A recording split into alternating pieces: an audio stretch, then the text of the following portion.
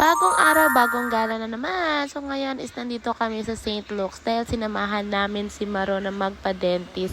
Parang ipapasta ata siya, ewan ko.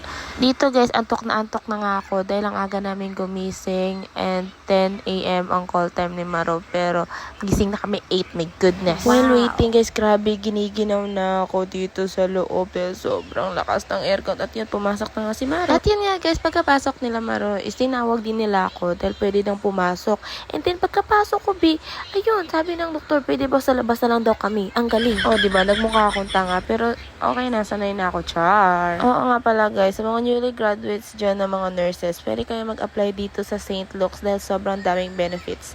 Like, etong dental ni Maro, libre lang to, promise. At kapag walang magawa ang nanay, kailangan asarin ng anak. Kaya ito, inaasar ko siya na magpipicture siya, pero hindi naman talaga.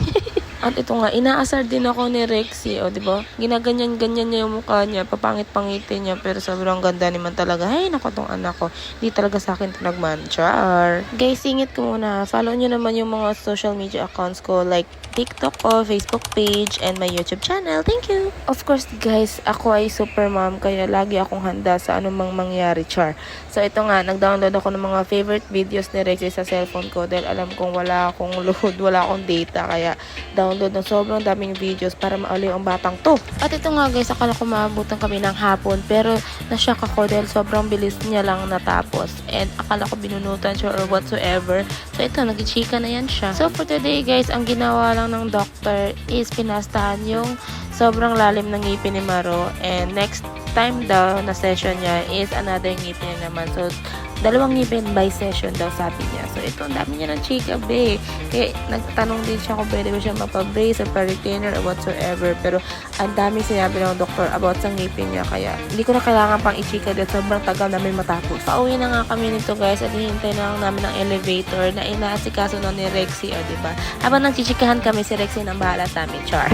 At sabi nga din pala ng doktor ni Maro na parang may nakita daw na nasa loob ng gums niya. Pero, ewan pa dahil titingnan pa daw ulit. So, ito, nagbukas na nga ang elevator, guys. At hanggang sa elevator pa naman, kahit sobrang sikip, chikahan pa rin, o, diba? Walang sawang chika ito, hanggang sa umuwi kami, chika pa rin to. At ito nga, palabas na kami ng St. Luke's, o, diba? Sobrang init, pero grabe, guys. Sobrang ganda din talaga dito sa St. Luke's. Ang daming benefits, char. At ito nga, pagdating namin sa bahay, is nag-TikTok agad kami dahil minsan na kami makapag-ISB, kaya susulitin na namin. Sabi nga ng doktor, 1 hour pa daw pwede kumain si Maro, kaya yun, naghintay pa kami ng 1 hour at gumala na agad kami pagkatapos. At ito nga guys, kakain muna ang mga person dahil gutom na kami. Our order is here. So ito ang in-order ko at ito ang dessert na in-order ni Maro and ito naman yung in-order ni Maro. Kain tayo! Share ko lang guys, pagkatapos namin kumain is nakita ko si Tito Vince dito sa Robinson. Ito talaga ang main reason ba't kami gumala ngayong araw na to, para bilhin ang mga school supplies na kailangan ni Rexy para sa school nila. Share ko lang guys, si Maro talaga ang totoong mama ni Rexy. Of course guys, kailangan kong bisitahin ang mahal ko sa buhay. Kaya hindi talaga pwedeng hindi ko siya puntahan, baka manglood unya.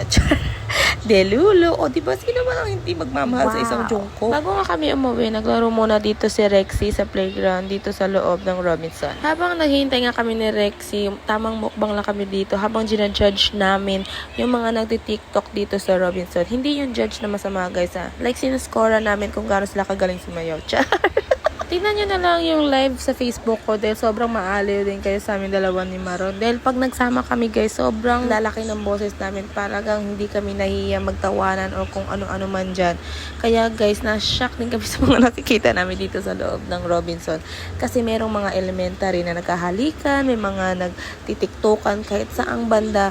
At may mga vlogger, mga artistang dumadaan lang sa harap namin, Kaya yun, naaliw talaga kami. Yun lang. Thank you for watching. Sana i-follow nyo kami sa mga social media accounts namin.